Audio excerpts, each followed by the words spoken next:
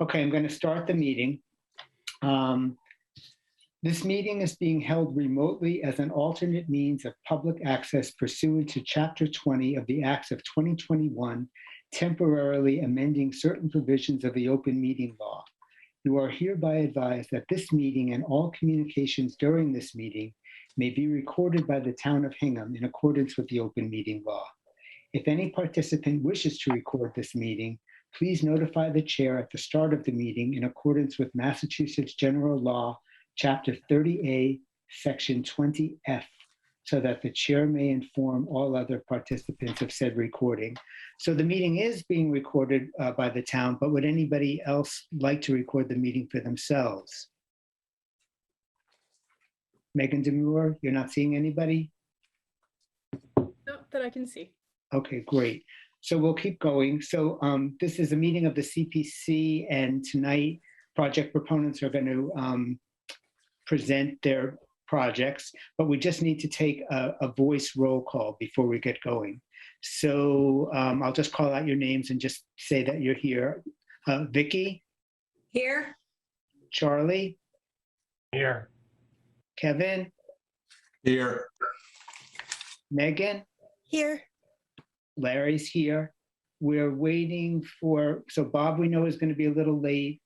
I know, I'm assuming that Judy is going to be coming.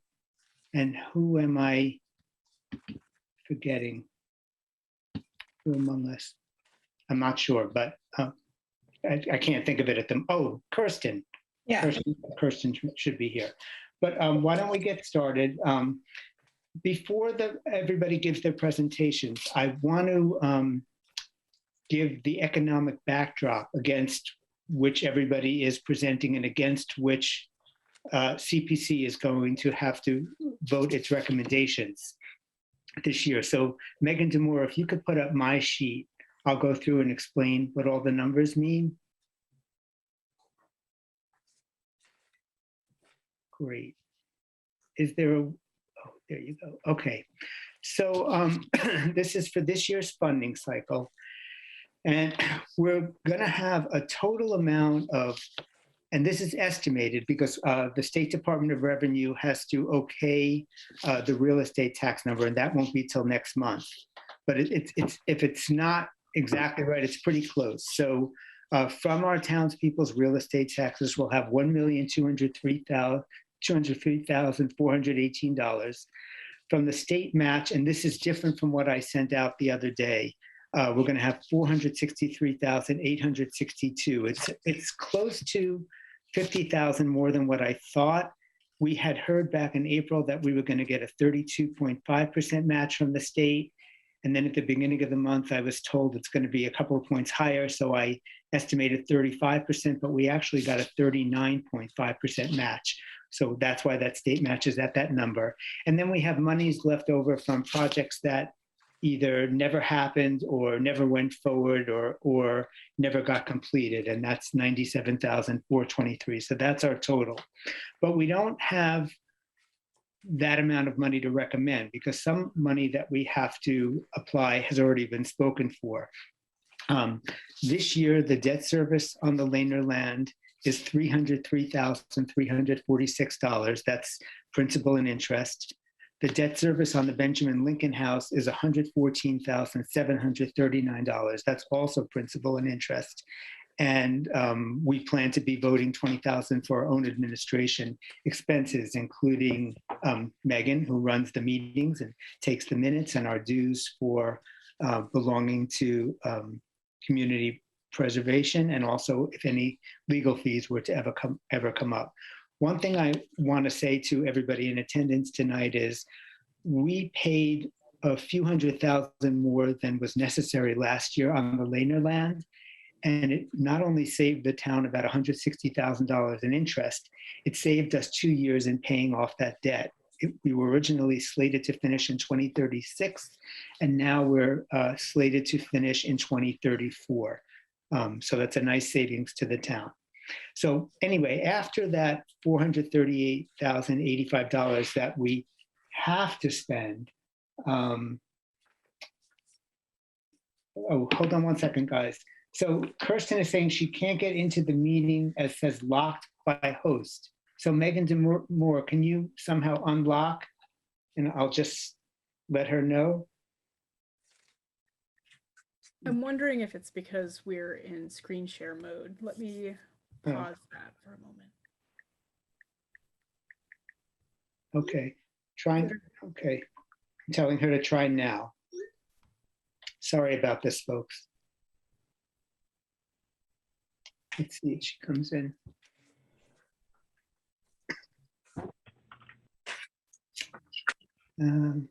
Well, let's keep going. I told her to try now. So anyway, after we spend that money that we have to spend, the amount we have to vote recommendations, and it's not 1719, it's 1764703. Oh, she says she's still locked, Megan. So, okay, I'll just let her know we're still trying here. And Oh, yes, I'll work on it in the background. okay, great. Anyway, we actually have, when we vote in January, we actually have the amount we have to recommend outside of the numbers we have to spend is $1,326,618. And the total in asks is $1,732,003. So the difference between the amount available to vote recommendations on and the total in asks is a little over $400,000. And just to complicate things a little bit more than that, there's another, okay, let me back up. So we have 3 buckets that we have to cover, and those buckets have to get a minimum of 10% of what we took in this year. And that 10% is 10% of the real estate taxes paid in by the townspeople and the state match. That number combined times 10%.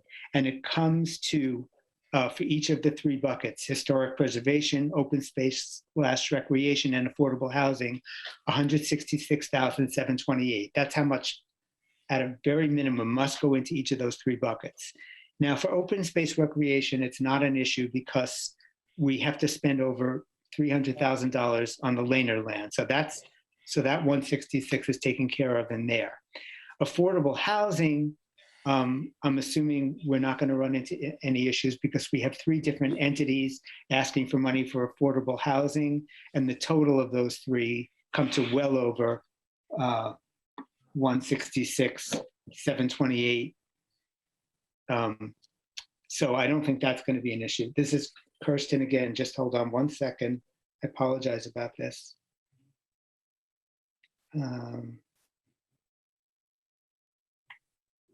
Don't know what it's still saying has been locked by host. That I'm just going to say not sure what's going on. And Megan DeMoore, AAHT members, Kirsten's not the only one that can't get in. So we're going to have to solve this. The Hingham Affordable Housing Trust can't get in either. Yeah, I think I might have just unlocked it for everybody. Okay. So they shouldn't have a problem now. Okay, great, thank you. And whoever told me about HAHT, can you just tell them, oh, that was Christine. If you can just let them know. Oh, there's Kirsten. Okay, great. Kirsten, you didn't miss too much. I'm talking about the 10% minimum for each bucket. And the only bucket that presents an issue for us is historic preservation. And that's because the only historic preservation money that's on our docket this year is the debt service on the Benjamin Lincoln House of $114,000. But we have to spend $166,000 at a minimum on historic preservation. So that's a shortfall of about $52,000. And the committee will have 2 options. One is to pay off $52,000 more on the Benjamin Lincoln House this year than is necessary. And the other option is to take that $52,000 and put it into a historic preservation fund for next year in case a bigger project comes along and we want to have some extra money for that. So that's our 2 options on historic preservation.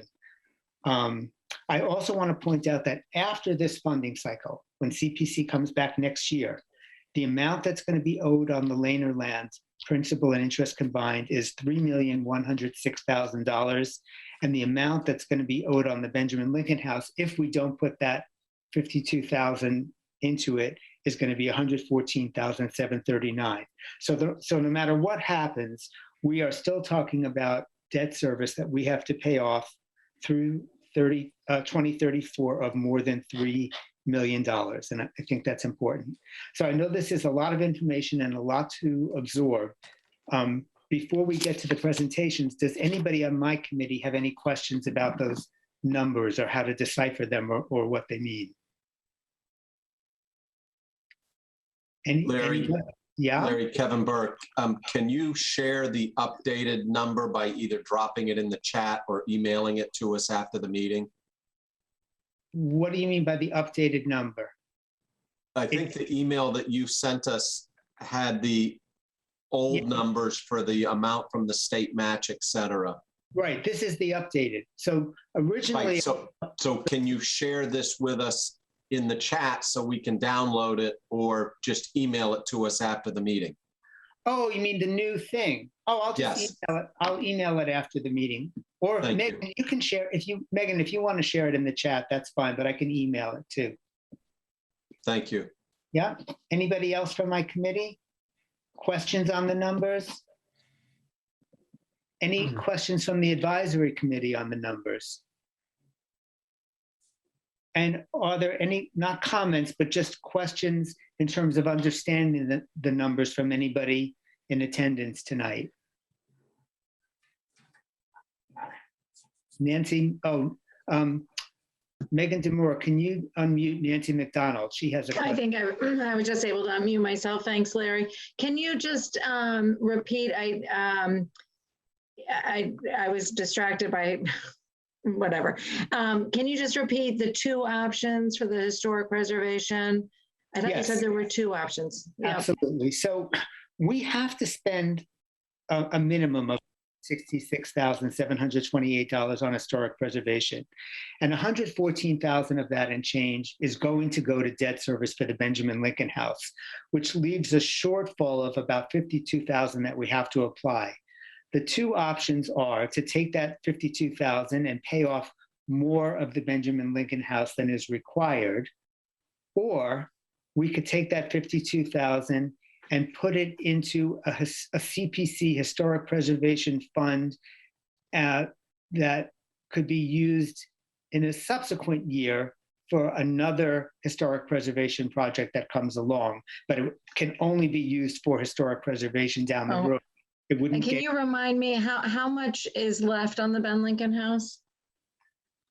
Well, if with principal and interest, we have $114,739 twice, this year and next year. One way or the other, not this funding cycle, but the next funding cycle, we have to vote. We'll vote to the end. So there's about $228,000 closer to payments. Closer to 230. Okay. All right. Thank you. Any other questions about? I think so. Sorry. So I think some people are still having a hard time getting in. Okay. Megan DeMoore, I leave that to you about people having a hard time getting in. Not sure. It's not locked anymore. And I just I see that Jack Falvey is in because somebody had said HAHT was having trouble getting in. Yeah, I've been hearing the dings of people coming in. Megan Burr, do you know who it is who's having trouble? Yeah, Rick from the Housing Authority, I guess, is having trouble getting in. Oh, he's got to get in. I don't know what.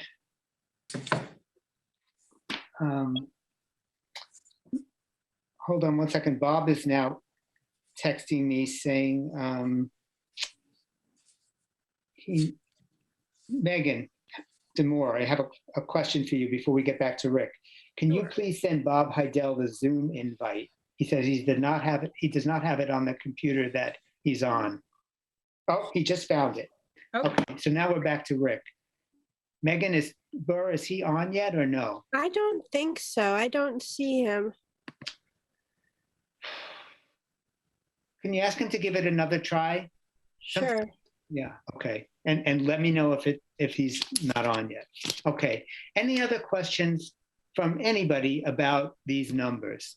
This is kind of the big picture of what CPC has to consider as we consider the project. Great. Okay, so with that, we're going to go to the presentations.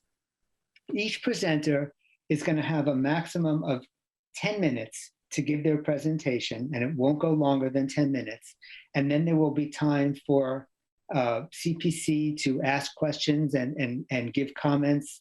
And if there's a little time after that, we'll open it out to advisory and then to attendees at large. So with that, Megan, any luck? Megan Burr on Rick? I don't know. I'm not, Okay. I don't see him come in. Okay. We have a little time because he's third up. Just if we're getting there and it's still not happening, let me know, and Megan DeMoore will, I don't know, we'll communicate with him some way, and we'll figure out a way to make this happen. Okay. So why don't we start with the first one, Habitat for Humanity, and they are looking for some money and to help them create 2 affordable housing units on Whiting Street, 302 and 304 Whiting Street. And our presenter, our project proponent, is going to be Jill Thompson, right? Tompkins? Have it right? Can you unmute her? Megan DeMoore? Yeah, if you wouldn't mind. Oh, I see you right there. Okay. Okay. Jill, tell us your last name again. Tompkins. Tompkins. She's going to be presenting for South Shore Habitat for Humanity. So go for it, Jill. Okay. And if I seem a little rushed, just because I want to get through all the slides, and then we'll take questions at the end. But I'm the Senior Development Officer for South Shore Habitat for Humanity. Noreen Brown, I believe, is also on this call. She's our Director of Project Development. And again, we'll take questions at the end. And I guess what I'll just say is next slide. There we go. We have 2 new affordable homes. The address is 302 and 304 Whiting Street. I don't think Google Maps yet recognizes that address, but that's where we are. The goal is groundbreaking this May of 2022. And in this presentation, I'm going to talk first about our CPC request and then more about the project itself. Next slide. So our project budget right now for 2 affordable homes is $663,434. It might even still continue to go up as inflation is putting a pinch on things. And we're also finding out there's items in this project that we don't normally do. For instance, we're required by the town to put a sidewalk on Whiting Street. It's a state road. And we recently learned because it's a state road, we need to have a police detail. The detail isn't in, the cost of the detail isn't in the project total yet. So there'll be little items like that as we really delve into getting this work done and tightening up our budget that will affect it. But for the most part, we're on very solid ground. So as you see here, our request to CPC is 25% of the total project. And in that request, it's $166,840. We've increased it. Our application request was $122,252. What started our reconsideration of the number is when we learned that if we were donated any items like the appliances, which was in our original request, that we couldn't reallocate the expenses. That money would just be put back on the table and we'd have to reapply next year to use the funds elsewhere. So we thought, let's make sure we put items in the budget for our request that generally do not get donation support. And then we went further conservative. We said, okay, let's allow a 20% room for some vendor discounts regarding the foundations and regarding the lumber. Foundations and lumber were part of our original request. Septic gave us a range of 50,000 to, I want to say 70, but we chose the lower end of the estimate, again, to be conservative. And then site supervision is absolutely necessary. But again, it's a conservative number. It's only based on 10 months. And often our projects do, and especially for 2 homes, go over 10 months. And it's only 40% of the construction manager's time, because our build sites do not run 7 days a week at each place. There's preparation in the office. They may not be on site every day. And the site supervisors at 50% rate, again, for 10 months. So it's a 25%. We've raised 38% already, which is 251,802. And that's a mix of congregations, grants, individuals, private foundations. And the remaining balance to break ground is 12%, or 78,933. Our board has a policy that we do not break ground until we've raised 75% of a project, so there will be no cash flow issues. Next slide, please. So their top, in my mind, our most immediate goal is to get to 75%, which is groundbreaking, which lets us obviously start construction and also the family selection process. This slide has a slew of numbers, but what I really wanted to show you is the variety of sources. Third-party fundraisers, we're going to, different groups. I don't want to call them out right now. And the congregations have already been supporting the project. The donations from individuals actually kind of moves between donations and grants, depending if they have private foundations. And so the plan is to raise 85% from the fundraisers, the faith groups, individuals, and grants. The other 15% we've pulled out are the gifts of materials and labor from professionals and in-kind donations. You'll see in a following slide how many corporations are already on board. It's, again, a policy that we do not include the in-kind materials and labor until after we break ground. So it wouldn't be part of the initial 75%. We've raised the 251,802, and you can see the breakout, again, it's from faith groups, individuals, grants. We have pending grants, including CPC, totaling 236,840. Some of those have never given to us before, so that's not a gimme, that number. So next slide, please. And any difference between those columns just means we have work to do. So these are groups that are already, corporations already on board. Oak Development Design is going to be doing the demolition. Granite City provides electrical supply. PA Landers is providing trucks for cement and the demolition. So you can see they're all involved. The electrical brothers hood of electrical workers. And this is what we have so far.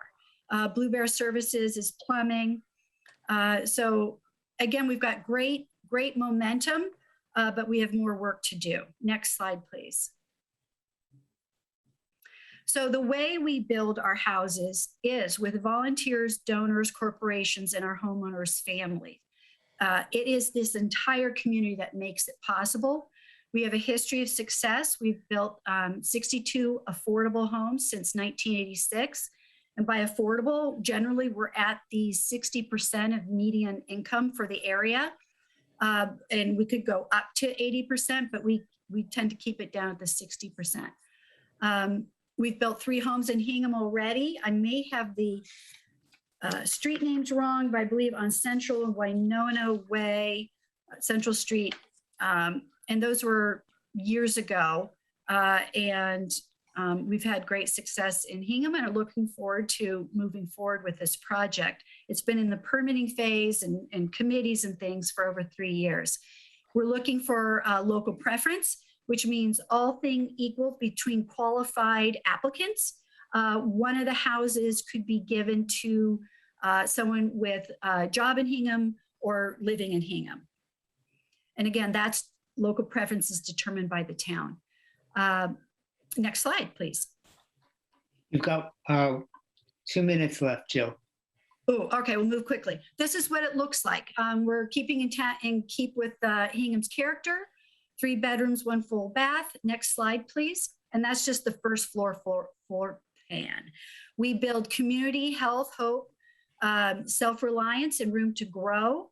House is so much more. Next slide, please. This is the site plan and also the house that has to be demolished. This lot previously had 2 homes. Right now it has the one that needs to be demolished. The 2 darker sort of squares are where the houses will be. And there's plantings, there's stream restoration, there's a retainer wall that also has to happen. Next slide, please.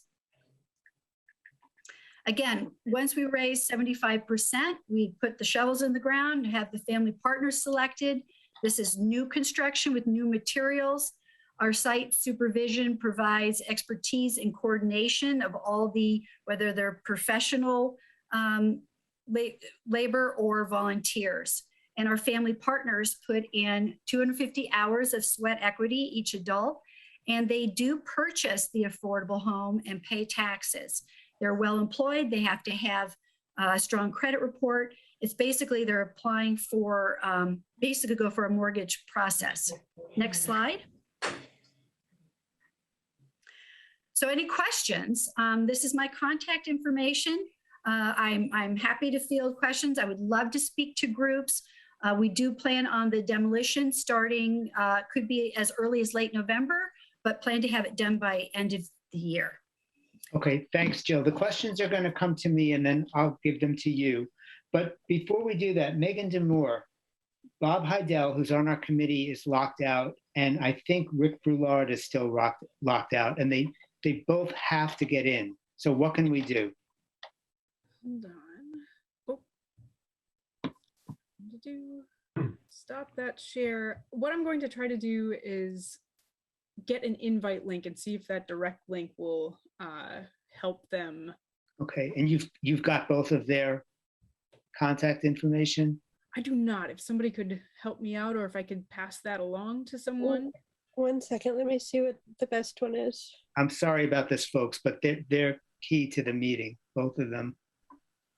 Larry, they can also dial in by phone. Okay. Megan Burr, if you can tell Rick that, and I will tell Bob that.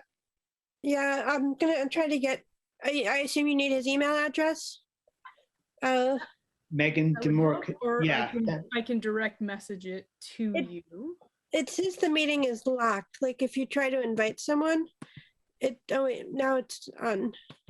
Actually, maybe I have Rick in my address book. No, I do not. Let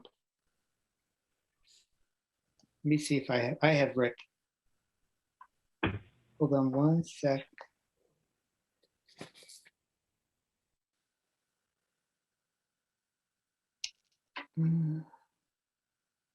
So the meeting is locked while screen sharing or something? I think it might be, that might be the case because people seem to be. Well, I have Bob's email if you'd like it. What? Do you need Bob's email? I need Bob and I need Rick's. Okay, Bob's is Heidel, so HIDELL at, and then I'll spell the rest, HIDELLEYSTER.com. And I've got Rick's. Rick is, oh, I had it. I found it. It's RB as in boy, ROUILL, so 2 L's, ARD at. Oh, Rick is here. Rick is Oh, here. Rick made it. Rick, we're so Okay. happy to see you. So Sorry. hopefully Bob will get in. Okay, so now, questions for Jill from my committee on this project. Anybody on my committee? And this is, I hope Bob gets in because Bob is the liaison to this project. So Rick, hold on, we're talking about a different project right now. Okay, any questions from the advisory committee about this project from Habitat? And any questions or comments from attendees in general to Jill? Okay, I would like to add that while our budget has changed, the scope of the project has not. right, you're just saying that costs have gone up, but not that Yes. you're not adding a conservatory greenhouse to the back where you weren't planning that originally. Nope. And Okay. there's no garages. It's very simple. No hot tub? Not yet. That's up to the homeowners. Okay, okay. So I'm taking it that there are no questions or comments from anybody at this meeting. Okay, so thank you, Jill. Appreciate it. Okay, thank you. I'm happy to field questions at any time. Yes, and Should I just leave the meeting now? you don't have to, but you are welcome. You don't, it is entirely your choice. Okay, thank Okay. you. Okay, take care. Okay, so next up is the construction of the Newtown pools and bathhouse at the South Shore Country Club. I assume Christine Smith is going to be presenting, but maybe it's a combination of Christine and Kevin Whalen. So, I think Kevin is going to be presenting, not Christine. Kevin and the architect. okay, but Christine's here, right? He is. Okay. Okay, Kevin, we're ready when you are. Kevin, I've given you the option to unmute. Yep, I'm all set. Okay, there we go. Thanks, Larry. I want to thank you, Larry, and thank the committee members for having us here tonight. I want to introduce Christine Smith, who is on the call as well, the chair of the Country Club Management Committee, and also Chris Roddy, who is the architect and designer of the project, of the pool project. The CCMC is here before the CPC tonight to request consideration of a $1 million grant application for the construction of the pool at the Country Club. The pool project replaces the South Shore Country Club pool that has been closed since the fall of 2019. The elements of the pool will allow for, operational flexibility and will serve all Hingham residents from toddlers to high school athletes to seniors who want to do lap swimming or water aerobics. We have met with stakeholders to come up with a design that we're showing you tonight. The pool will serve the town of Hingham for many decades to come. And I will let Chris Roddy go over the design in more thorough detail. And then I will go over the construction finance numbers after Chris is done. So if we can bring up the schematic design of the project for Chris to review, that'd be great.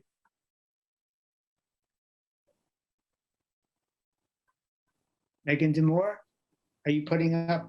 Yep, there we go. Perfect.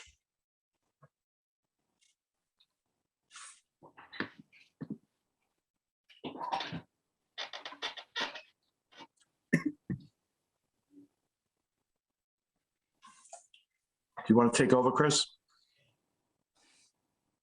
If Chris could raise his hand in here so I could find him a little quicker so I can unmute him, that would be great.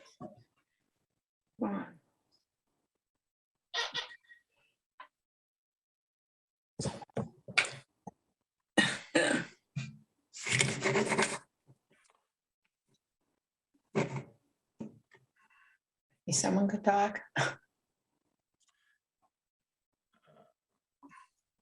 Just right there. I saw him before. I saw him too. Oh, Oh, there he is. Yeah, there he is, right in the middle. Here he is. Okay, there we go. Yep. Thank you. Now you can hear me. Thank you. Thanks, Chris. Can we go back to the screen, Megan? Yes, please. Okay. Thank you. My name's Chris Roddy from RMD Collaborative. We've been working with the club and, as Kevin mentioned, stakeholders for some time now. And I'll quickly review where we are with the design. As most of you probably know, the new facility will be located where the existing tennis courts currently located. As you come in the main driveway and you approach the site, you will be facing the new bathhouse, which is shown here to the west of the site, which is planned left. And as you approach, you'll notice that the bathhouse and the pool facility site is actually raised up to the level of the upper parking lot, which is to the south end, the bottom portion of the plan. And one of the reasons we do this is, one, because it's to provide an accessible route from the parking area to the bathhouse, but also to take the emphasis of the project away from the parking area, kind of putting it behind the building and really directing it more towards the woods and also the course to just be a much nicer place to be. We're really trying to make it as family friendly and multi-generational as possible. And the main primary point of that are the two pools. The pool on the left, you can see kind of right in the middle, is the family pool, and the pool on the right is the competitive lap pool. The family pool is meant more for either non-swimmers or emerging swimmers. It has a zero depth entry on one end and gradually increases in depth to an area just above the little set of stairs, which will be 3'6", and it's wide enough to have good size swimming lessons. It's really meant to encourage kids or adults to get in the water and learn to swim. The lap pool, it's a 6-lane lap pool. It's suitable for competitive swim. The bathhouse itself is also designed for teams to come and use the facility for competitive meets. To the north of the family pool, kind of nestled between the main bathhouse and the filter building, is an outdoor spray pad. That's a nice feature that it's nice in a number of ways. One, it'll attract a lot of families, a lot of smaller children that may not be ready to go in a pool yet, but also allows the facility to be opened a little bit earlier in the season than a normal pool would be, and perhaps stay open a little bit later in the season after the pools are closed. Trying to really extend the amount of time that during the nicer summer months that the facility can be used. We are designing this as a year-round facility. The bathhouse will be designed as a 12-month building, acknowledging the fact that the first few years it will be strictly seasonal, just open during the summer months.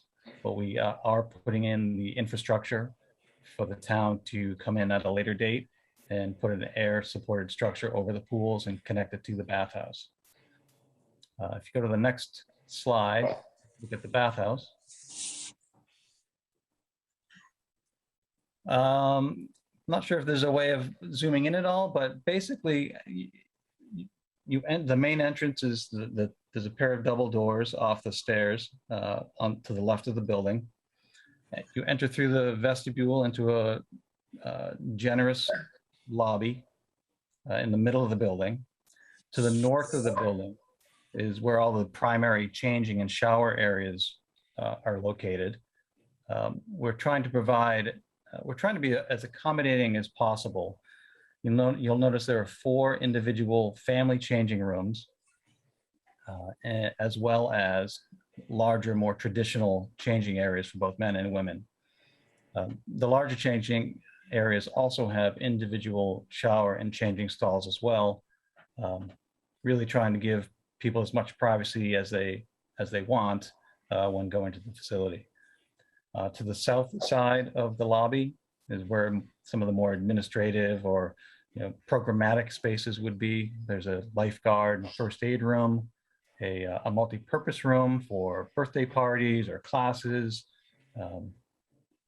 Can be rented out. There's a concession stand that opens to the southern part of the pool deck, some storage. And there's also a separate toilet room directly off the concessions pool deck area so that families don't have to go all the way back into the building if they're out enjoying themselves underneath the shade structures. Next slide, please. And Chris, excuse me 1 second. Kevin, you guys have 2 minutes left. Okay, that's fine. Okay.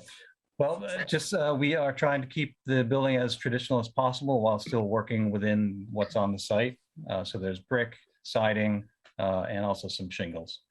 Kevin, you want to take over from here, maybe? Yeah, if I could have the next slides, please, Larry, that'd be great.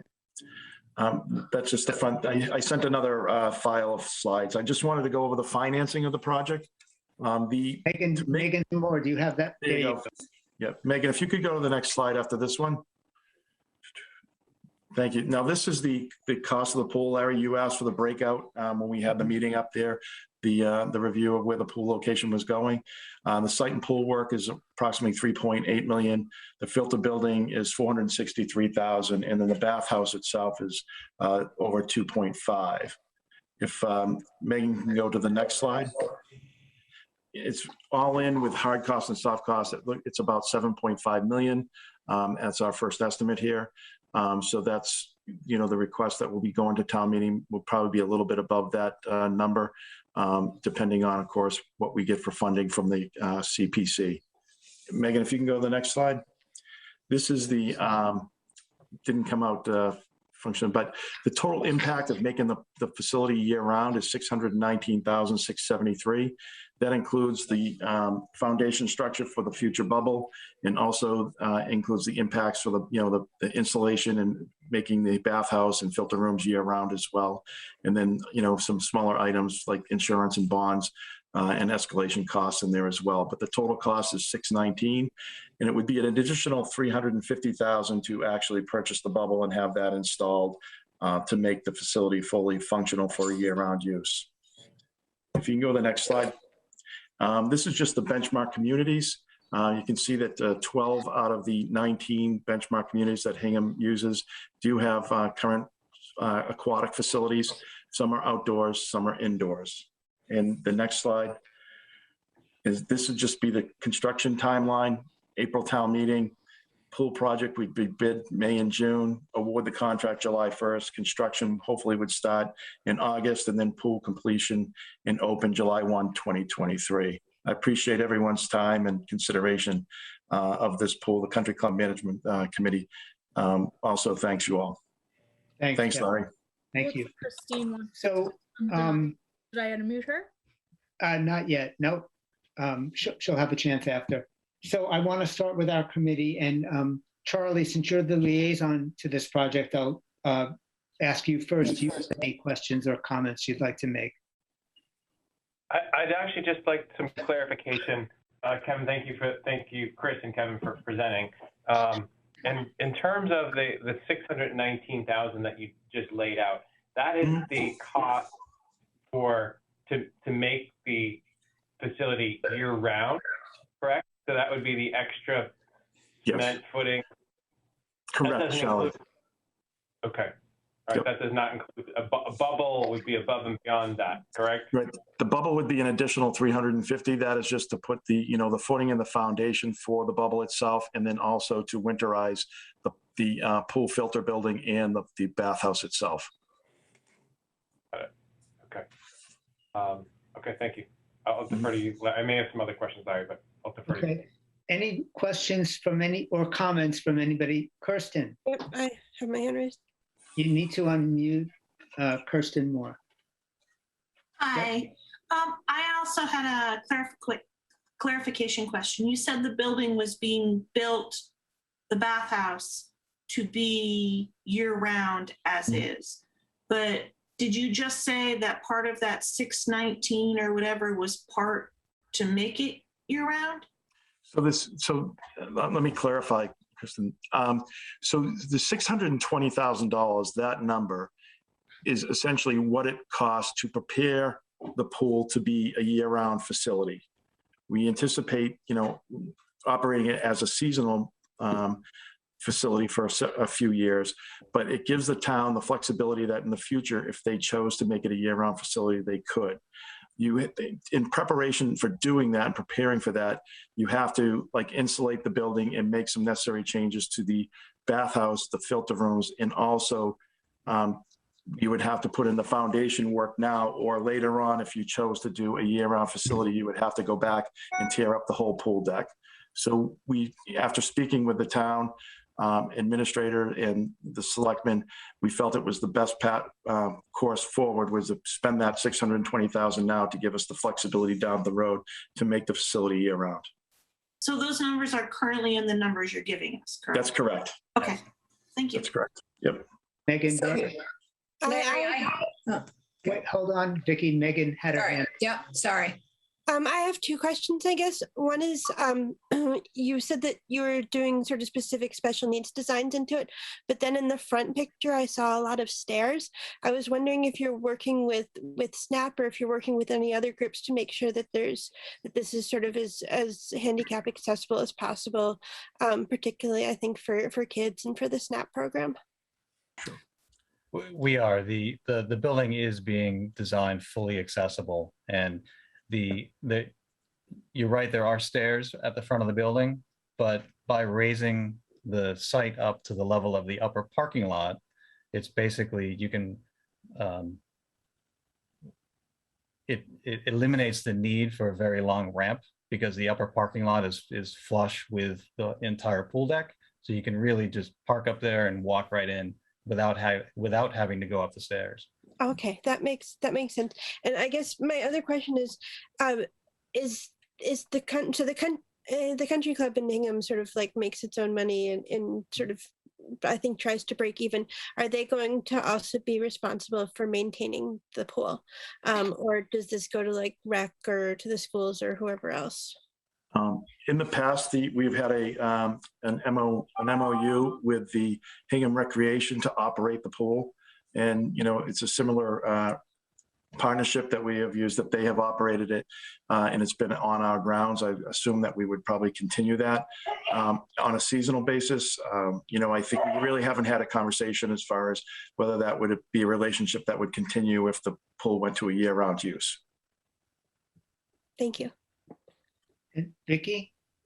Oh, just my question. I just was, I heard the numbers for the bathhouse, and I just wanted to understand. I understand that the pool will obviously be seasonal once it's built, but the bathhouse sounds like there will be a component. So what is the plan for the bathhouse for the first few years? Because it sounds like a very expensive bathhouse. So did I misunderstand? Did I hear it was $2.5 million for the bathhouse? That's the question. Yeah. So you heard correct that it is $2.5 million. And I think the expense is that it's a significant amount of plumbing work that has to be done for the bathhouse. The addition of making it year-round facility, or, possibly making it year-round and having it being ready and prepare it for that. It's really not all that much of a, additional cost. It's really just the amount and the intensity of, the bathrooms that are needed in the facility. And Chris can answer to it. All the bathrooms that we do have in the bathhouse it's a DPH code based on how big the pool is. It dictates how big the bathhouse will be. Correct. And basically because it's being designed as a year-round facility, you don't see the same types of, it's not as simple and cost-effective necessarily as you would see in a seasonal pool building. One is the insulation, the types of windows, the enclosure, Even the interior finishes. With a seasonal pool, you could get away with a concrete floor, and with a year-round pool, in the middle of winter, people are not going to want to be walking around barefoot on a concrete floor, getting out of the pool. So there are a number of things that factor into it. Also, as Kevin mentioned, you are taking all of the most expensive things that you can put in the building and putting them in a bathhouse, especially with the plumbing, the HVAC, and the electrical, all in a smaller footprint. So it's a high concentration of some of the most expensive things you can put in a commercial building. Other questions from my committee or comments? Okay, I have just a couple of questions. My first one is for either Chris or Kevin. Can you give me a ballpark price on just the splash pad? I understood from an email we got from Christine a while ago that the way I understood it was that it was at about 600,000. Do I have that right, or is it a different number? It's 425,000, I believe, would be the splash pad, Larry. Is that correct, Chris? Yeah. Yes. Got it. And then my other question was, have you guys gotten any indication from the select board whether they're going to end up putting this on the warrant? Because, the amount you're asking from CPC money is not a large percentage of this project. And if the select board doesn't put this on the warrant this year, it's not going to happen. So I was just wondering if you've gotten any indication, a wink, a nod, well, poker face.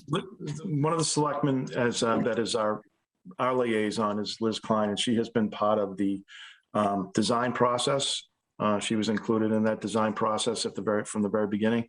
And the town administrator, assistant town administrators have both been aware of, the ask is coming. But to your point, Larry, as far as, there hasn't been an official vote to put this on the warrant, and there won't be until January. Okay. Thanks, Kevin. Other questions or comments from my committee? Any from the advisory committee? And Christine Smith, now's your chance. Any questions or comments from other attendees? Am I allowed to speak now, Larry? Yes, you are allowed to speak. So thank you, everyone, for entertaining our request for the $1 million for the town pool. I guess I would just, like to thank the team, and I think for the people that have been on CPC for a while, and as well as townspeople, we've been working on this project since 2017. I think was our first CPC request for a feasibility study. There's been a lot of different ways of looking at this facility, and I think we finally have, sort of have married the wants with the needs in proposing the facility the way it is, opening up as a seasonal pool, but building it for the longer term. We heard loud and clear from the feasibility study that people wanted the availability of a year-round pool. So we'll open it up seasonally, but we've built it to do more than that. And, Vicki, sort of to your point, I think it's a better product all around by building it the way that we're building it. And I think that's the way Hingham likes to build things. A long useful life of this facility. And we have had, many talks with all the stakeholders, including the Board of Selectmen. It's going to be a busy town meeting come up this April 25th. And we haven't been told that we wouldn't be on the docket, and we'll be ready to go with our cost estimates and everything else. So we appreciate your consideration in this, and anything that doesn't get funded by CPC would actually fall to the Board of Selectmen, to the taxpayer, to figure out how to pay for it. So to me, CPC is a nice way to finance something that will be used from, cradle to grave, as they say. So thank you. Thanks, Christine. Other comments or questions from anybody attending the meeting? Megan Demure, are you seeing anybody? Great. No raised hands. What? I said no raised hands. No raised hands. Okay, thanks. Thanks, Kevin and Chris. Thanks very much. Thank you all. Thank you very much. Thank you. So next up is the Hingham Housing Authority. a request for fire door hold open systems at the apartments at the affordable housing at 30 Thaxter Street, and presenting is going to be Rick Brulard.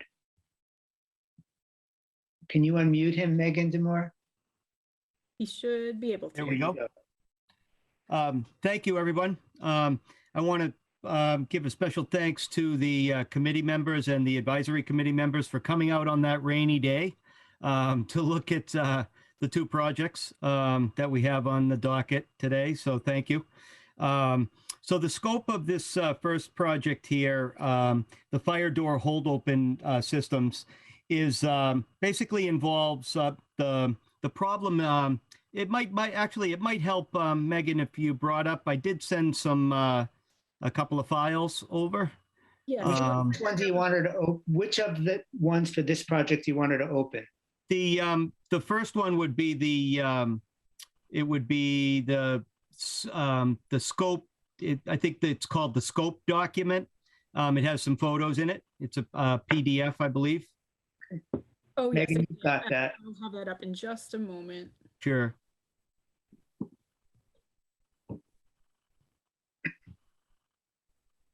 Is this the right one? That is, thank you. Yes. So the scope involves the installation of 12 new magnetic door holders within 6 buildings, the wiring of all devices back to the fire alarm command panel, which is in the main community room building, which is where we met. We met in front of that that morning. It would involve programming those devices in the fire alarm command panel to control those devices from the panel. And it would involve all electrical and control wiring per building codes and coordination of all testing with the housing authority and the fire department. If you scroll down, Megan, so go to the bottom and we'll just work back up. So the problem is the tenants, these fire doors are meant to stay closed. And the tenants, these are elderly tenants, mostly some disabled. They wedge the doors open, as they're bringing in groceries, et cetera, and other things. And it actually poses a life safety issue. And what would solve this problem would be these magnetic door hold opens. And what happens is when there is the event of a fire, that's what they look like. And in the event of a fire, any smoke detector that would trigger the fire alarm system or any heat detector would basically release that device. So these doors would be held open magnetically. So those are, large magnets. And then the fire alarm system releases them, the doors close, and hence avoid spreading a fire. If a fire were to occur, it would just, obviously everybody knows fires, go to oxygen. It would look for the oxygen and spread right down the corridors of these buildings. So that's the gist of the project. If you could scroll up, Megan, please. So the location of those magnetic holders would either be at the door knob height or the door lever height, or up at the top. There's, you may have seen them in other buildings in both locations. So that's the general scope. The schedule that we're proposing would be basically 12 weeks total. It would be 4 weeks of design, putting together basically a small specification package and some basic drawings of the buildings to bid. It would be 4 weeks in bidding, and we would publicly bid it. So the chances of the price coming down would probably be good to get some competition out there amongst contractors. And the budget, we did obtain one quote. The budget quote that we did obtain was the quote for the actual work was $35,080. And then we put in a budget for accounting, advertising, management, and permitting. And so the total ask was $38,430. Is that it? Basically, yes. I mean, I think I think we should open it up for questions now, Larry, in terms of. Yeah, no, you're the first presenter who I didn't have to say you have 2 minutes left. Well, I think we can agree. It pales in comparison to the larger project that was previously presented. Okay. I have some thoughts, but I'm happy for anybody on my committee to ask questions or make comments. I'll defer. Anyone? Kevin, you need to unmute. Megan Demore, can you? I got it. Can you just give me that ask number again? Yeah, sure, Kevin. It's the total ask was 38,430. Other questions or comments from my committee? Okay, just a few quick questions, Rick. So Sure. The doors that are there are fire doors, right? That's correct. Okay, and what's their rating? I believe they're a C label door. That's called a C label door. That's an engineering, door. I believe that's I want to say it's a 2-hour rating. A 2-hour rating. Wow. Without looking that up, I'd have to look that up just to double check that. Okay, so that's a strong fire door. So when the door is closed, it would protect the fire from spreading for 2 hours, we think, 2 hours. Again, yeah, I'd have to confirm that. Okay, and the problem is that the tenants are wedging open the doors, correct? Yes. Not keeping the doors closed. Okay. So it would be convenient for them to have a system whereby it's open unless it needed to be closed automatically when the fire alarm went off.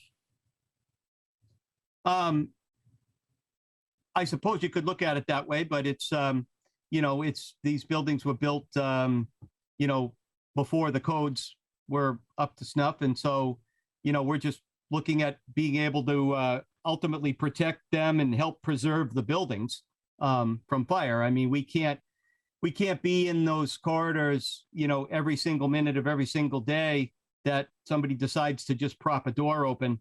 We can certainly collect the wedges, but they're just going to keep replacing them or finding something else to wedge them open. So it's ultimately a life safety issue. Okay, I just want to point out that the buildings are up to code. I spoke to Jen Cisco, who's a fire safety engineer at the what is that organization, that National Fire Protection Association, and she explained to me that there is no current code that requires a fire door open system, that a new build doesn't require that. So it's not like those doors are at code without that system. I do want to point that out. And then I just have one more question for you. I know that you did add the fire door open system to one of your building, to 2 doors.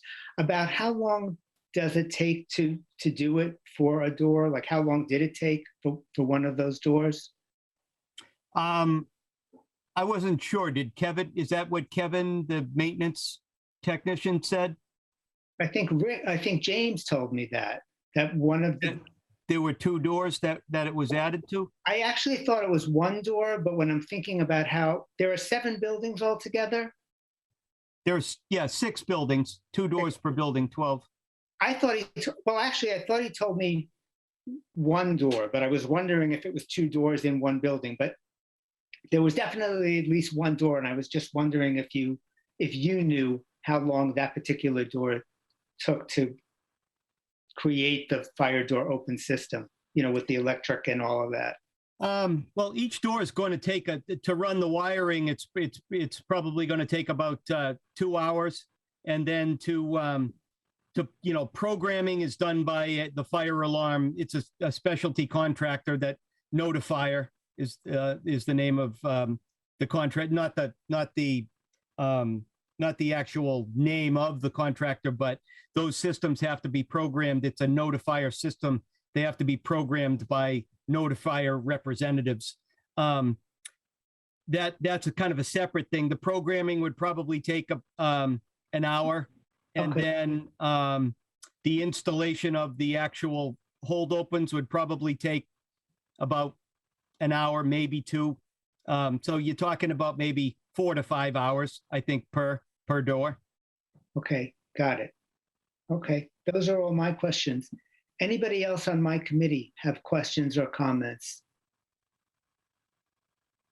Megan and then Bob?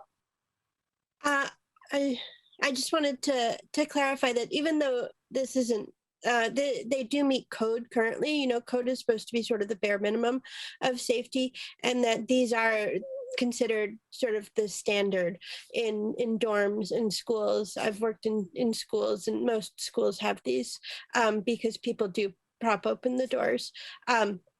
So, you know, just because they do meet code currently doesn't actually mean that they meet best practices or standards.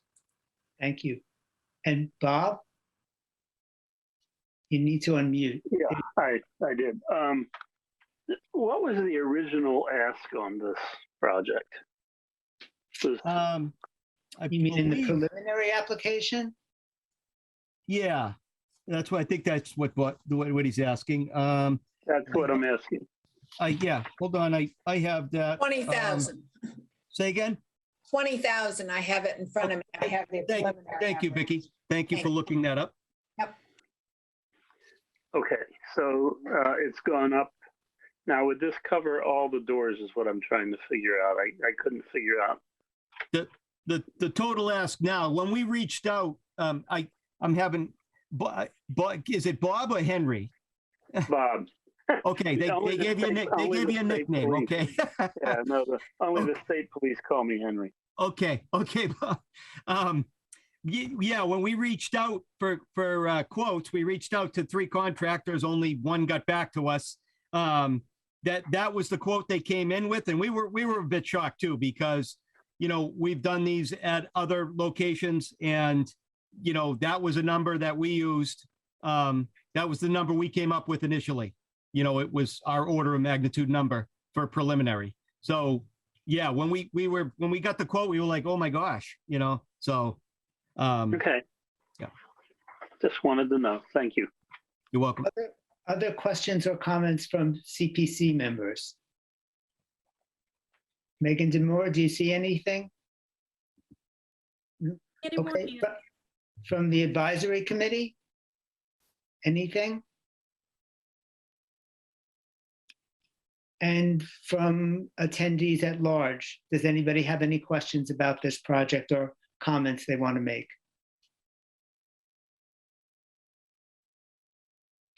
Megan Demore, nothing? Nope, not seeing anybody. Okay, thanks so much, Rick. Stand by because you're Thank you. On again. Okay, so next up is the Hingham Recreation Commission, reconstruction of the Cronenfield hockey court, and Mark Thorell is going to be presenting. Mark, you're up.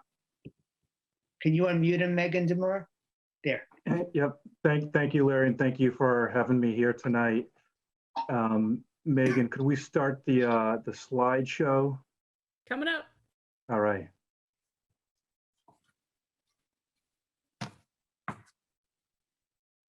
All right. If you don't mind going to the next slide, please. All right. What is post-tension concrete? Post-tensioning is a method of reinforcing concrete with high-strength steel strands, typically referred to as tendons.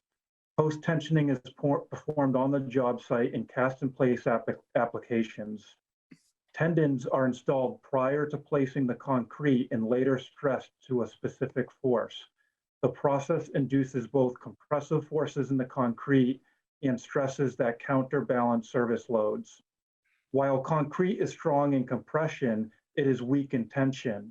Steel is strong under forces of tension, so combining the two elements results in the creation of strong concrete components. Post-tensioning can help create concrete components that are thinner, longer, and stronger when compared to asphalt. And next slide, please, Megan. So what is the long-term value of post-tension concrete courts?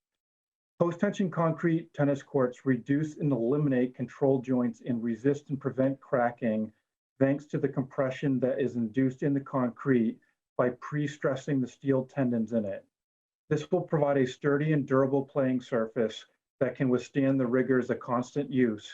Drainage is also improved with post-tension concrete courts as it is easier to create the proper slope.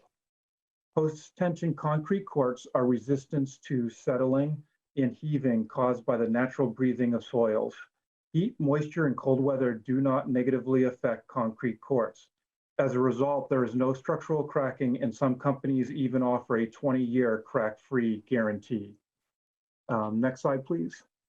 The quote includes a new aluminum frame dasher board system. The dasher board system is the walls, the white walls that you see around the outdoor rink. And they come with a 2-player gates as well as 2 access gates. There is a UV polyethylene kick plate and top rail would also be installed, and a metal fence would extend on top of the dasher board system and around the perimeter of the rink. Next slide, please. Why does the town need a fully renovated court? We agree with the town-wide athletic field and courts study conducted by Weston and Sampson that the present rink has reached the end of its useful life.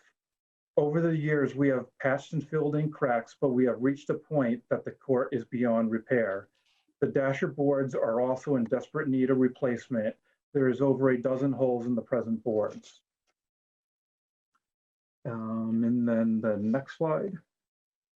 And to quickly go over the cost estimate. So we are asking for a full price, and we got our quote from Weston and Sampson of an all-in cost of $289,000. That does include a 12% contingency, as well as soft costs, which comprise of, I believe, design and construction costs of 12%. And then there's a 15% mobilization overhead and profit fee. So I'm hoping that we could come under budget because they did include these additional fees, and especially the 12% contingency. So the total ask is $289,000. That does include $70,000 worth of the dasher board system. And then next slide.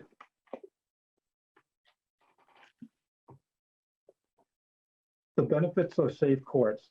The Cronin Hockey Court is one of the most popular outdoor courts in Hingham. It provides the opportunity for families in a safe outdoor setting to introduce children to the fundamentals of hockey. The court provides the youth of this community an area where they can engage in self-organized team activities. Additionally, this outdoor facility provides all members of our community a place where they can engage in health promoting and safe recreational activities. We are so thankful that Hingham has CPC and that active and passive recreation projects are considered eligible. As a self-funded department that is responsible for paying for staff and all departmental expenses, it is vital for us to have a source of funding when it comes to capital projects. We do our best with our own revenue sources, but it's difficult to fund recreational assets that don't generate revenue like public courts and playgrounds. CPC is really our only option to receive town funds. To the best of my knowledge, there are no grants which could help offset the cost of the outdoor public courts. And as a result, we are asking CPC for the full $289,000. That's all I got, Larry. No, that's great. So before I open it out to the committee at large, Kirsten, since you're liaison, do you want to start with questions or comments? Sure. Thanks for the presentation. I love all the facts. I think this is terribly important. So many kids are out there using this all the time. However, my questions lead to maintenance. So we, of recent years, have been been asking all the right questions with regards to maintenance of some of the town facilities and what's installed. So I noted on your application, it said little maintenance required recommended repainted after about 10 years. But all the research I've done with regards to post-tension concrete courts is that there are several variables with regards to maintenance. One is how often it's used and how severe our winters get. And they all seem to believe, in all the research I've done, that they all have to be sealed. And depending upon how often they're used and how cold it is, anywhere between mild winters, and what I've seen is if you play or use your court 5 to 10 times a month, which this court is much more, and you have mild winters, which we don't have, that it should be resealed approximately every 5 to 7 years. And you only have painting listed on this. So when you say painting, do you just mean like restriping, or do you mean sealing the courts? I mean, I think resealing is almost a form of painting, I believe. Like when you install a tennis court, I believe the top coat is just the type of court paint there is. So I think it's a similar sort of thing. But I do think you're right. It could be 5 to 7 years. It is very variable on the seasons. But maintenance like that, that's something that the rec department can handle ourselves. We just don't have the ability to fund the full capital project. But when it comes to the maintenance, we do have the ability to handle some maintenance practices such as those. And post-tension concrete courts give us the best chance because they do require by far the least amount of maintenance and are crack resistant a lot more than asphalt courts. So that's the main reason of going with post-tension concrete courts is because they don't crack and they're resistant to cracking in the properties that make up the post-tension courts. But so completely agree. With regards to that, so if cracks do occur in this, is there a budget that rec has to address this when it first happens? Or is this going to, like, how will that be dealt with? We have a revolving fund where most of our department runs off of, and it's all the program revenue. And we do have revenue sources, and we do invest into our equipment and our facilities maintenance wise to the best of our ability. And we definitely have the ability to do that. So the same would apply with regards to, just so I don't have to reiterate all over again, for the basketball courts, the same treatment, maintenance, and whatever would apply to that as well. Correct. Yep. For example, a couple of years ago, we funded painting the Cronin tennis courts, and that was I think $15,000 to $20,000 job, and that's maintenance, painting the courts. So we were able to get that done, and so yes, we would definitely have the ability to maintain these courts. And painting is using the sealant or whatever on it, like that's. Yeah, I'm not sure exactly what they mean by sealing the court, but I think the top layer of paint does that. Well, what I was read, painting is different than sealing. Okay, I'm not sure then. I thought the top coat. I've never really heard of anyone sealing the court, but I trust what you're reading and everything like that. So this is Vicki. So bottom line is whatever it needs, whether it's sealing or painting, if it's maintenance, we have the ability to fund it. Okay, thanks. Vicki, before you speak, Bob and Megan. Nope, that's fine. Yeah. Bob? So a couple of questions. The first is, Weston and Sampson, to my knowledge, are not contractors. They are engineers. Are you going to ask for 3 bids to do this work? Yeah, as part of the procurement process, it has to follow proper protocol, which requires publicly posting the job. So a number of contractors could bid on it, hopefully more than 3. So yeah, Weston and Sampson kind of gives us a good cost estimate, but yeah, when it comes down to it, we'd have to put it through the proper bidding process. Okay, so Weston and Sampson just made an estimate on your behalf. That's not a guaranteed price of any sort. Correct. Yeah, we can't really do the bidding process without actually having the funding. So that's what kind of why we went with the Weston and Sampson cost estimate. Okay. I'm sorry to throw myself into this, Bob, and you can continue when I'm done. No project can ever come to us with a guarantee that that's what it's going to be. In the largest reason being that they're talking to us now in November of 21, and whoever and then we're going to make a recommendation in January. It's going to be voted on in town meeting in the spring, and no money becomes available to any of these groups until fiscal year 2023, next July. No one's going to hold their bid for 6+ months. So it is always just a cost estimate. It's never the price.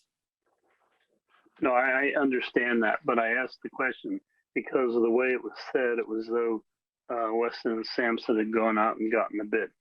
But okay. So the next question is, what kind of warranty do you get initially with this, whoever the contractor is? Because that will play into the discussion on, and by the way, sealing is a form of vapor proofing or protecting concrete. Most concrete in industrial sites is sealed so that the dirt, grime of industrial activities don't get into the concrete and start to spall it. So sealing is similar to painting, but it can be an epoxy, for example, which is fairly expensive. Be that as it may, what's the warranty that we can expect from a contractor who is going to do this? And is it 10 years? Is it 5 years?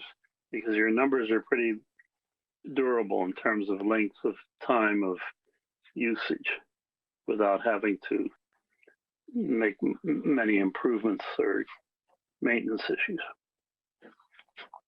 I've seen one company who's been in business for multiple decades offer 20 years of crack-free for their post-tension concrete courts. I don't know if every company does that, and I would certainly have to look closer at that guarantee. But that's what they claim is 20 years that cracks will not develop on their post-tension concrete courts.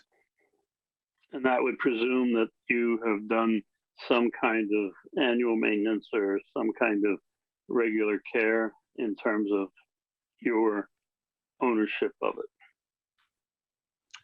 Yeah, so whether it needed it after 5, 7, or 10 years, we would be able to handle the maintenance on that. Yeah. Okay, thanks. Megan? I just had a question about the funding, about there being no other sources of funding. I was just wondering if you talk to like the sports partnership or even like the hockey parents. Like there's a couple of very active, hockey parent groups in town that raised money and which used the court. When my daughter played hockey, they've had practices on this court. And I feel like it would be worth reaching out to them about funding sources too. So I did talk with the Hingham Sports Partnership, and I did just receive a support letter from the president, which I can email to you, Larry, tomorrow. At this time, with they have a lot of needs coming to their table. They weren't able to commit financially. They gave us a support letter and fully support the project, but with all the needs that they have in front of them right now, they're just not that they don't support it, but they're just not in a position to commit financially at this point. Vicki, did you want to say something? I just wanted to make 2 points because I think it's a bit of semantics. My first is whether we're filling cracks, sealing them, or painting them. You know, on my time on rec, we regularly fill cracks, whether it's every court in town that has cracks. We are filling them. You can use the word painting, sealant, or filling them, but when we have the opportunity, it gets to the point where filling cracks, and I think Bob knows, it gets to the point where they're no longer fillable, and maintenance is not something that is even possible. It gets to the point of replacement, and that's where we are with these with this particular court. The second piece that I think really is important that everybody on CPC knows is this is a town project, so by law it has to go to bid, and therefore you can't get cost estimates. With a private project, as others have, private projects can have 3 bids because they may change, as your point is, Larry. But a private, I mean, I can go out and get 3 bids on my bathroom tomorrow, and 3 contractors are happy to give me a bid if I can get them into my house. But the town cannot do that. We have to go through the procurement process over, I believe it's $20,000. So just so that people understand, we have to rely on those that are working with us to get a cost estimate. And we've been pretty good. The good news is 9 times out of 10, or as you know, Larry, we do return bits of money back to the town. We're not putting it in our back pocket or any place, but the procurement process is by law. And that's what, so we do need to depend on cost estimates as is every other town project that comes before this committee. So thanks, just wanted to share that. I just meant, Vicki, that a contractor won't hold a bid forever. They'll say it's good for 90 No, days. I understand that. Yeah, it's just towns are different. Right. Anybody else on my committee with questions or comments? I have a question, Larry, comment. So Mark, as I understand it, so if you're coming to CPC for 100% of the funding for this project, so in the event that CPC does not give you 100% of the project, is it fair to say that this doesn't go forward? I would probably say that that's a good chance. I don't know if over time, the sports partnership, if some of their requests go down and they're able to help financially, I'm not sure. But they weren't able to commit when I talked to them for any number. So I would say at this point in time, if it wasn't 100%, I'd probably say the project wouldn't move forward. Thank you. Anyone else on CPC? Any questions from the advisory committee or comments? Megan Demore, I'm not seeing any. Nope, not seeing anybody. Okay. And from the attendees at large, any questions or comments about this project?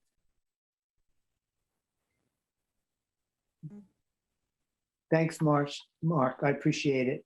Thank Not you. the physics lesson part, the other parts. Thanks. Okay, so now we're back to the Hingham Housing Authority.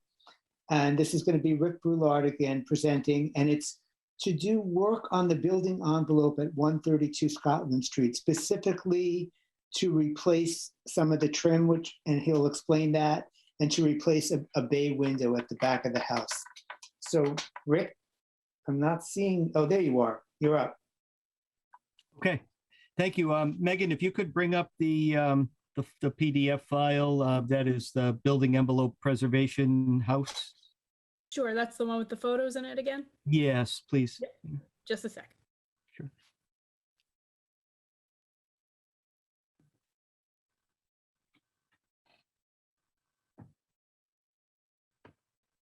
Okay. So Scotland Street was purchased with CPC funds in 2006. You know, this is another very small, straightforward project to, you know, protect and preserve the substrates of the building and the structure. The scope of it is removing and replacing, you know, anywhere we said 100 lineal feet. It could be about 75, but 75 to 100 lineal feet of corner board with 1x6 PVC board. That's similar to, if the 3 bullets down below, PVC could be clear, Versatex, or AZEC. I think everybody's probably heard the term AZEC board. That's, that white PVC, but Clear and Versatex are competitors, and they're both cheaper than AZEC. AZEC is top of the line.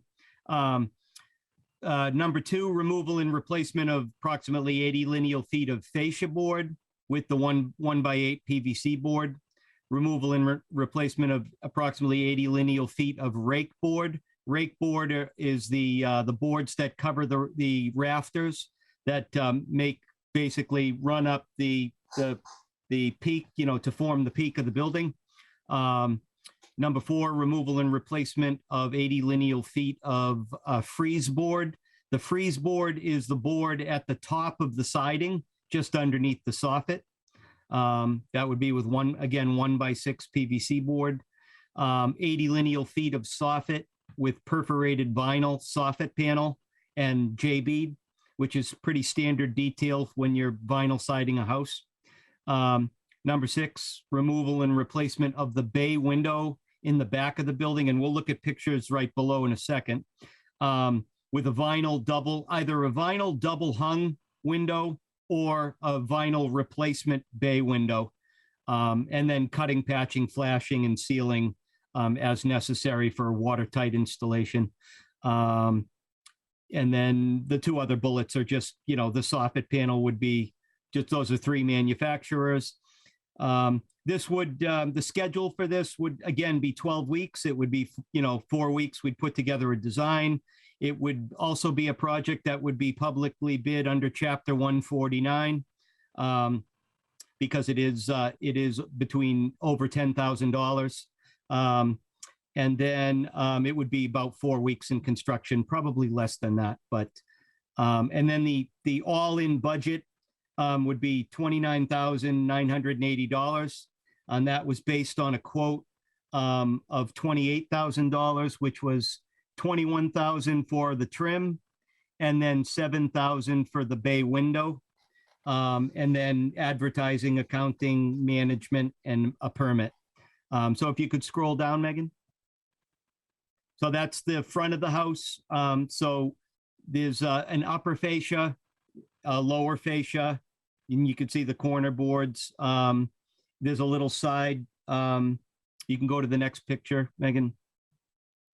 The 2 rake boards there, and then the dormer rake board and the dormer corner boards. Okay, the next picture. On the back, you see the smaller upper fascia, the corner boards, the lower fascia. Then there's the bay window, which has some serious rot on the left-hand side there. Apologies if these pictures can't be blown up from this, point. But we did walk the site. If you scroll down one more. And then on the end, the other 2 rake boards, you see the dormer rake boards. And then the little addition, the water table boards on the bottom and the corner boards.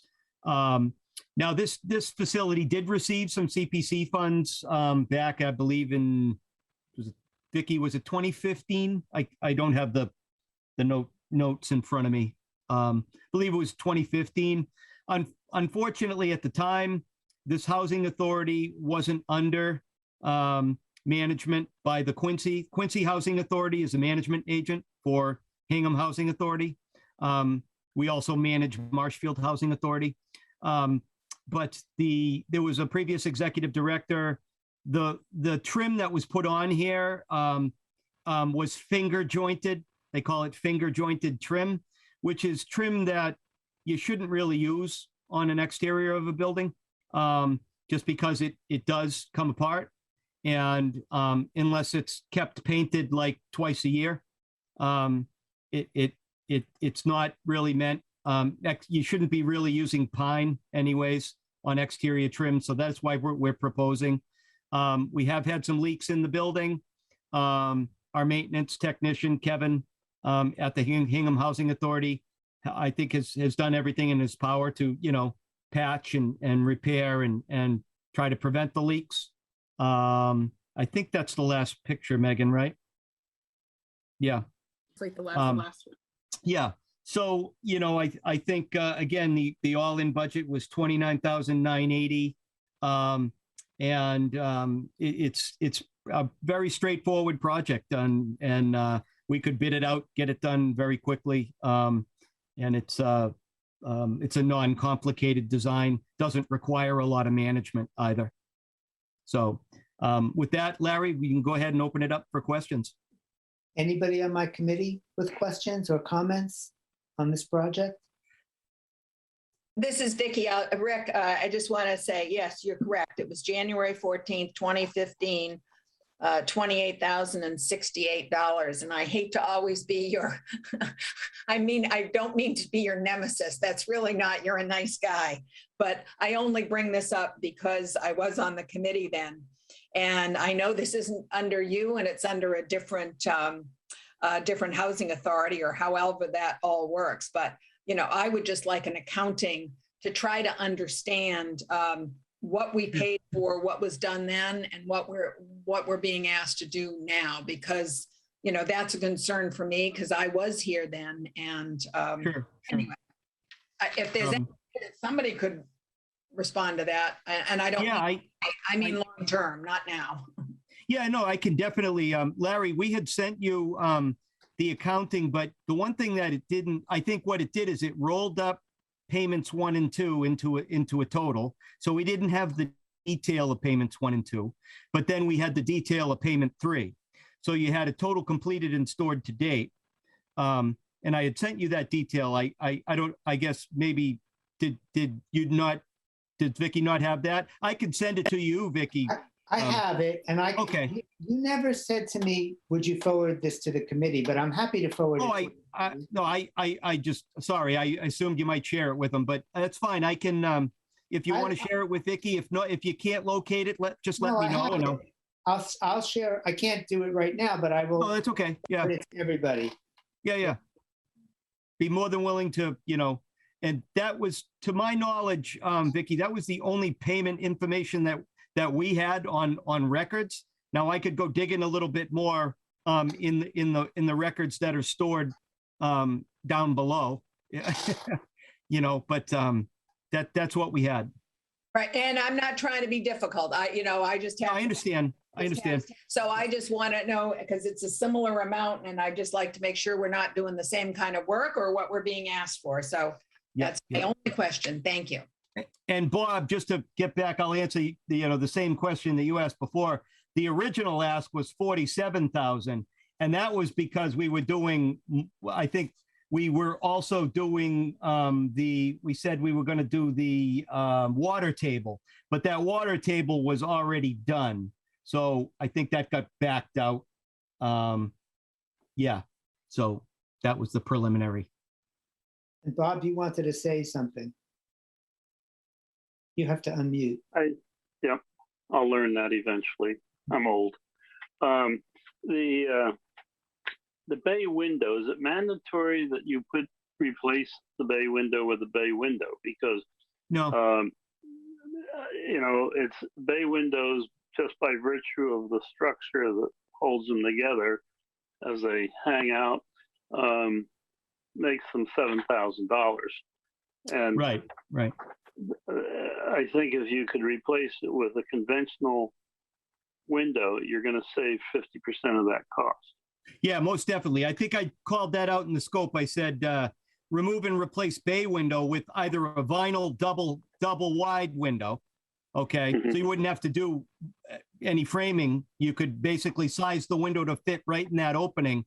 And the double wide windows, if you go with a Harvey window, they're not, you're right, they're probably less than half of that cost. So right. And, yeah, I would encourage that. Yep.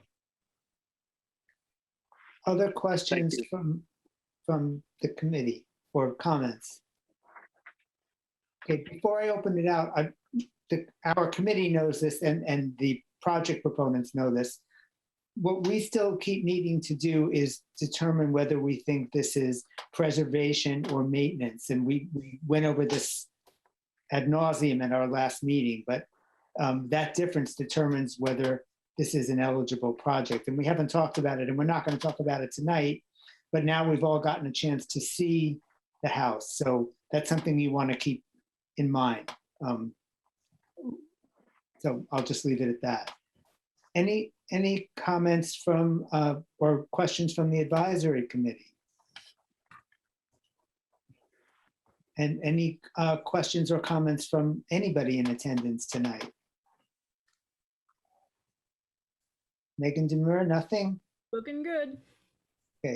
Okay. Rick, thanks so much. Appreciate it. Thank you. Thank you all. Okay, and now we're back to Mark, so he can talk about reconstructing the Cronenfield basketball court. So Mark, you're up. All right, great. Thanks, Larry. So I'll make this pretty quick because it's a very similar presentation. So Megan, why don't we just go ahead and open up to, I believe the third slide might be the picture of the cracks.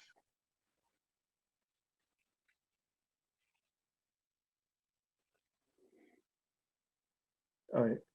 So the pictures came out kind of sideways a little bit, but there's not as many cracks on the basketball court as there is on the street hockey court, but they're just more substantial. They're wider and thicker and longer than the ones on the street hockey court. And we have, you can almost see it in the picture to the left. You can kind of see over the years different patchwork that have done over some of those cracks. But with asphalt, once you start getting cracking, you can, and we have patched the cracks. It just becomes almost an annual type thing where in the winter time the soils are moving around and causes the asphalt to crack further. So we've done our best to keep up with it, but they're just getting bigger and bigger every year. So we do feel like it's reached a level where we could do a full renovation here as well. If we could get to the next slide. The cost estimate for the basketball court is a total of $153,000. This does include new basketball posts, backboard, and rims, as well as a small accessible walkway from where cars park along Burr Road. So again, we're recommending the post-tension concrete court, and that total price is $153,000.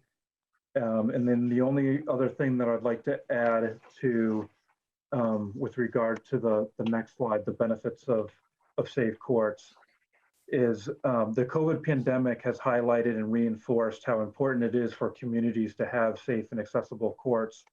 For almost 2 years, the demand on outdoor courts has been at an all-time high. Playgrounds, tennis courts, and especially the town's outdoor basketball courts are constantly being used. We thank you for your consideration to fund a fully renovated basketball court. So I summed that up nice and short, Larry. That's all I got. Thanks, Mark. Kirsten, do you want to ask or say anything? Anyone else on the committee? Kevin Burke, are the current courts that are there, are they also post-tension concrete? And obviously they've outlived their useful life. How long did they last? They are asphalt courts. I'm not sure when they were installed, Kevin. It was before my time as director, so I'm not sure the exact year when they were installed. But you're installing a different structure that would, in theory, last much longer and be much more sturdy, correct? Correct, yeah. Anyone else on the committee? So Mark, you told us this. Just quickly, Oh, sorry, Mark. Larry. Mark didn't say how long he's been director. He looks young, but he's been there for a long, long, long time. So Mark, how long have you been director? So they don't think you were done yesterday. 13 years, 14 Thank years, you. 13 to You're at 14 least years. over 15 years old. Thank you. That's all. So Mark, you told this to us on the site visit, but for the sake of people attending the meeting and also for those who are going to be watching this on Harbor Media, if CPC in its infinite wisdom felt that this year we could only recommend funding for one of the two projects, which one would it be and why? We would definitely say our highest priority is the street hockey court. Several reasons. One, Hingham only has one street hockey court. And then also two, we feel like the spider web cracks, the number of them all across the court, there really isn't a process to effectively handle spider web cracks that are all across the court. So for those two reasons, we would say our highest priority is the street hockey court. Okay, thanks. Other questions from my committee or from anybody from the advisory committee? No? And what about attendees at large? Any questions or comments about the basketball court behind Town Hall, a little to the left? Okay. Megan Demore, we're good to go? Looks like it. Okay. So next up and last up for presentations tonight is the Hingham Affordable Housing Trust. And I see Jack Falvey and Amy Farrell here. I assume Jack is presenting. Do I have that right? Okay. Jack, you're on. Are you unmuting? Yeah, there we go. Okay. Thanks, Larry, and thanks everybody for hearing from us tonight. It has been a pretty fast evening for you guys, so we'll try to move fast as well. I want to just say off the top, recognize a few of my fellow members who are on the call. So Amy Farrell, who's the chair of the Affordable Housing Trust, Kathleen Amante, who's our treasurer, and Nancy Kerber, I think, is still on. Nancy's a trust member and also was a member of the committee that developed the Hingham Housing Plan, which was completed earlier this year. Our request this year is for a $100,000 grant, following on our much more considerable ask last year that that the committee was good enough to meet at $700,000.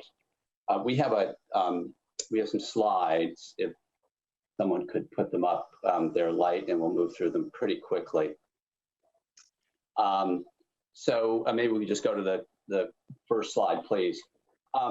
In our materials that we submitted in our application, we tried to be pretty detailed about the resources we have this year, compared that to last year. We walked you through what we presented on as expecting to need this year, or last year, sorry, and how we've used it to the extent we have used it. I wanted to start by just providing a little bit of a context for what we're asking for this year. First of all, just a snapshot of where we are with affordable housing in Hingham. We're up over the 10% 40B threshold, which is obviously a very good thing for the town. In fact, right now we're over 11%, but once the 2020 census figures roll in and we've got a new larger denominator, we expect it'll be at 10.3%. So we're a little above that safe harbor, but a much smaller percentage of housing units are actually affordable in terms of folks making less than the 80% of median area income being able to afford them. We've noted here it's 3.9% that are actually affordable. That's from the Hingham Housing Plan. I'll note as we just go past this that in going back and forth with a staff member today who was also on the Housing Plan Committee, she thinks this understates actually affordable units by a couple of percent, and we'll run that to ground. But this is where the Housing Plan came out in its measurement, and no matter how you slice it, we're still well under 10% of units in terms of actual affordability. Can we go to the next slide, please? A couple of significant documents have come down in the last year. The Hingham Housing Plan has been finalized. I think the Hingham Master Plan might still be in draft form, but it's essentially complete as of last year. The Master Plan which, as you know, was a committee composed of, developed by a committee composed of, kind of all the significant constituents in town, identified affordable housing as one of the 7 priority areas for the town over the next 10 years.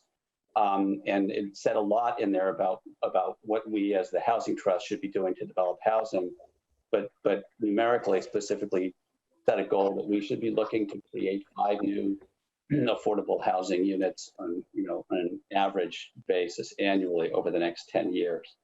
The housing plan, which is really rich in a lot of demographic data as to where the needs are among the elderly, disabled, and various groups, set a goal of 250 new affordable units over the next 10 years from all sources, including private developers. So it's our goal to try to do everything we can to meet these goals over the next series of years.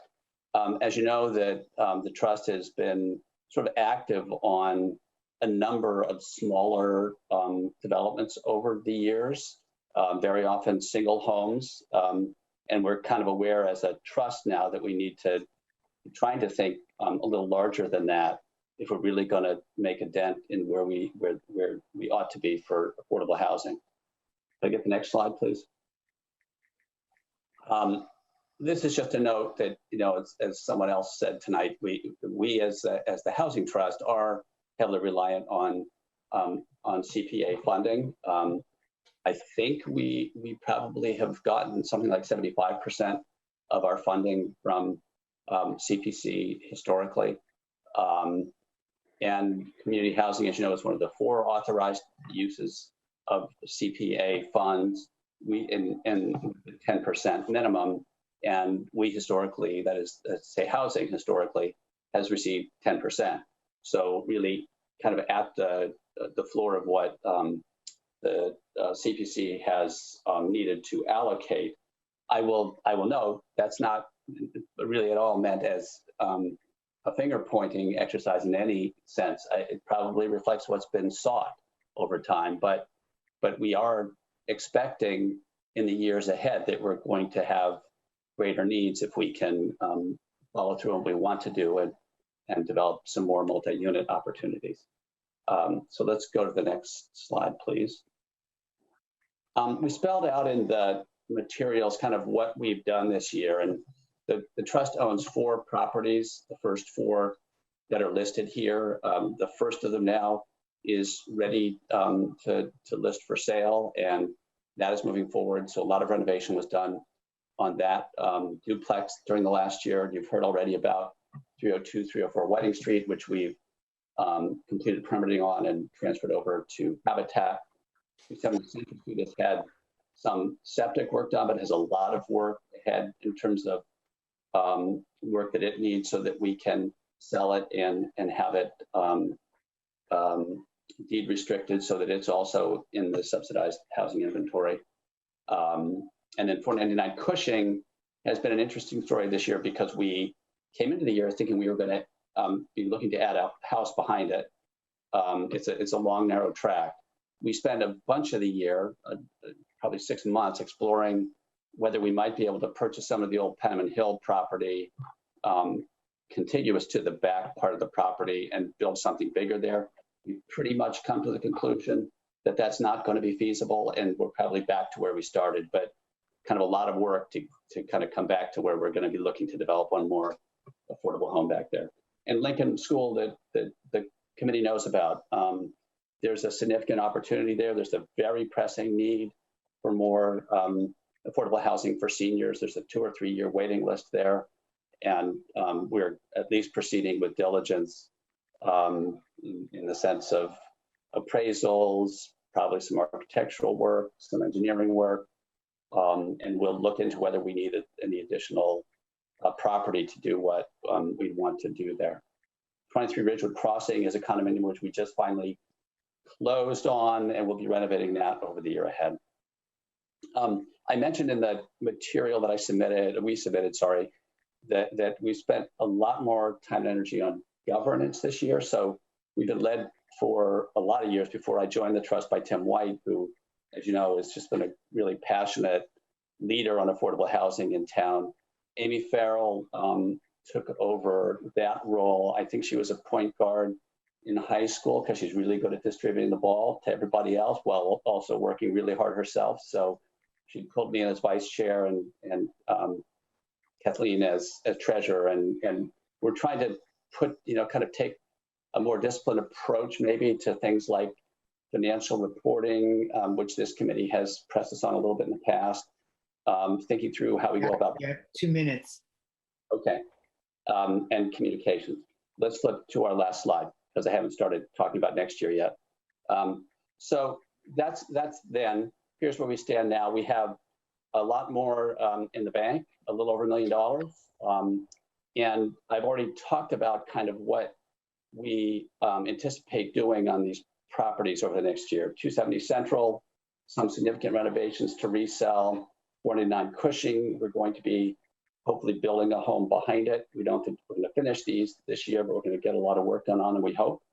We've got a little more to spend over at Whiting Street on sidewalks in support of the habitat effort, and a lot to do renovating Ridgewood Crossing. So, and then some Lincoln School money that we've allocated for due diligence. You roll that up, we've got about $575,000 in prospective spending. That doesn't leave us with enough to buy a piece of property in Hingham. And as you've heard before, we try to be opportunistic about looking for property opportunities. We've done that in the last year, considered a couple of opportunities that kind of have not rolled through, but we'd like to have more and generally keep a balance that's a little more than this so that we're able to make a move. Everybody on the call knows that median home prices in Hingham are extremely high. They're over $1 million now. We're not shopping at the median, we're shopping toward the lower end, but you get the idea. We do need more than this if we're going to be able to be opportunistic. So that's the basis for our ask. We again are appreciative of where you placed us last year because we do for the first time have a significant balance to work against, but we do have, we think, a need over the next year for another $100,000 to be in the right position. Thank you. Thanks. Vicki, you're the liaison. Do you want to ask or say anything? Yes, I do. I have a couple of questions, Jack. And I don't want to say anything out of turn, but both Whiting Street and your presentation talked about the sidewalks at Whiting Street. So I just bring that up because I think everyone in the committee heard it, and they can't both be funded at both places. So it's either got to be at the Whiting Street for habitat or in your, but both of you mentioned it in your presentation. So I just throw that out, not to answer it now because that's something you can go back to. I will answer it now if you don't mind. Yeah. Sure. I'll take you one better. You've already provided money for that. In other words, it's not our ask that we receive the $25,000 now. It was among the things we projected last year, but we're just saying it looks like this year is the year in which it's going to be spent, and we're just watching how it depletes our accounts. So I appreciate what you're saying. But we're really just trying to present, here's how we're expecting to spend money over the next year. If we can spend the money fast enough, that part's not easy. There are staff limitations supporting us. It's hard to get contractors. And during the last year, things didn't move at the pace we like on a few projects. So, we can never be sure we can move as fast as we'd like to.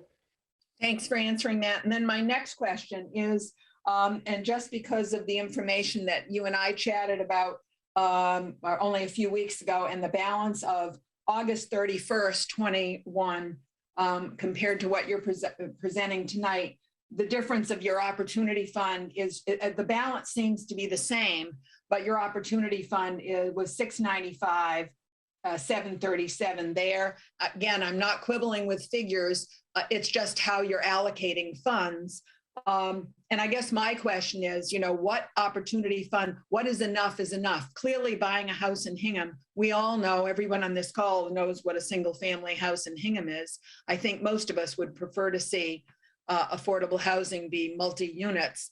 But just given with that, I mean, at what point with all the other things you're doing, you know, we know that you do have money for opportunity funds. So obviously more is always better, but what's more? I was here, my very first thing I think I did for the trust last year was to sit in on this call last year. And there was a lot of talk about the opportunity fund. I mean, the way I think about the opportunity fund is it's CPC funding, which is there in part to look for opportunities, but it's also available for any other permitted CPC use. And you know better than I what those are. So the extent we are, you know, improving for resale of property that we purchase. And, you know, there are other permitted uses that we use those funds for. They're not, that opportunity fund is not solely available to buy properties. Larry, I'll see if other people have something else to ask. Anybody else on my committee? Okay, I have a question, Jack. One of the things, I forget which slide it was, you're going to sell a property this year, right? Or that's your aim? The hope is, yes, that we're selling Road Circle. And about how much might that go for? It's a pair of properties, and I think it's about it's a range of $500,000 for the two of them. Okay, I think you know where I'm going with this. So while projecting expenses is totally reasonable, I think projecting money coming in is reasonable too. So wouldn't you be anticipating that you'd be adding about 500K to that 575? If that sale goes through, yes. If we move on that pace, we would have more money for sure. Okay. Amy, are you unmuted? Megan Demura, can you unmute Amy Farrell? Should be able to. Thank you. Yeah, and one of the questions to add to Jack's response is we have to confirm if we've funded something through a CPA acquisition, do those funds need to go back to the CPA as part of a sale, or can they stay with the trust? My educated guess is that has no ever sold a property before? I think we may have. Yes, I think we have. Did the money stay with the trust? It did. That's what I would assume is the answer. Okay.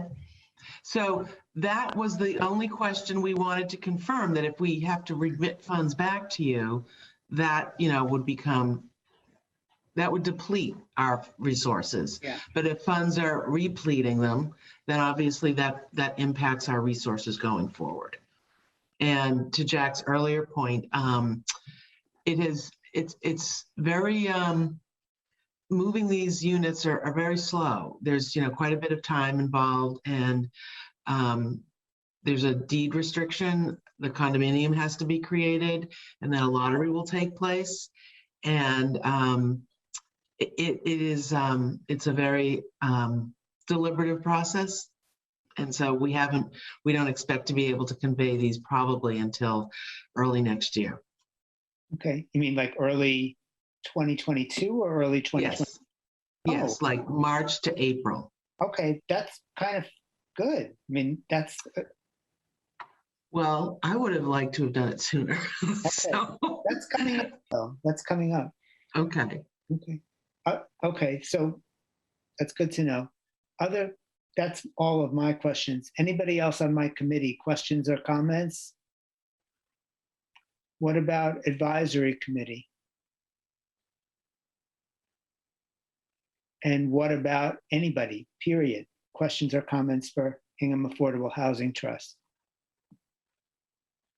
Okay, I'll just make the comment for people who are not initiated in affordable housing speak.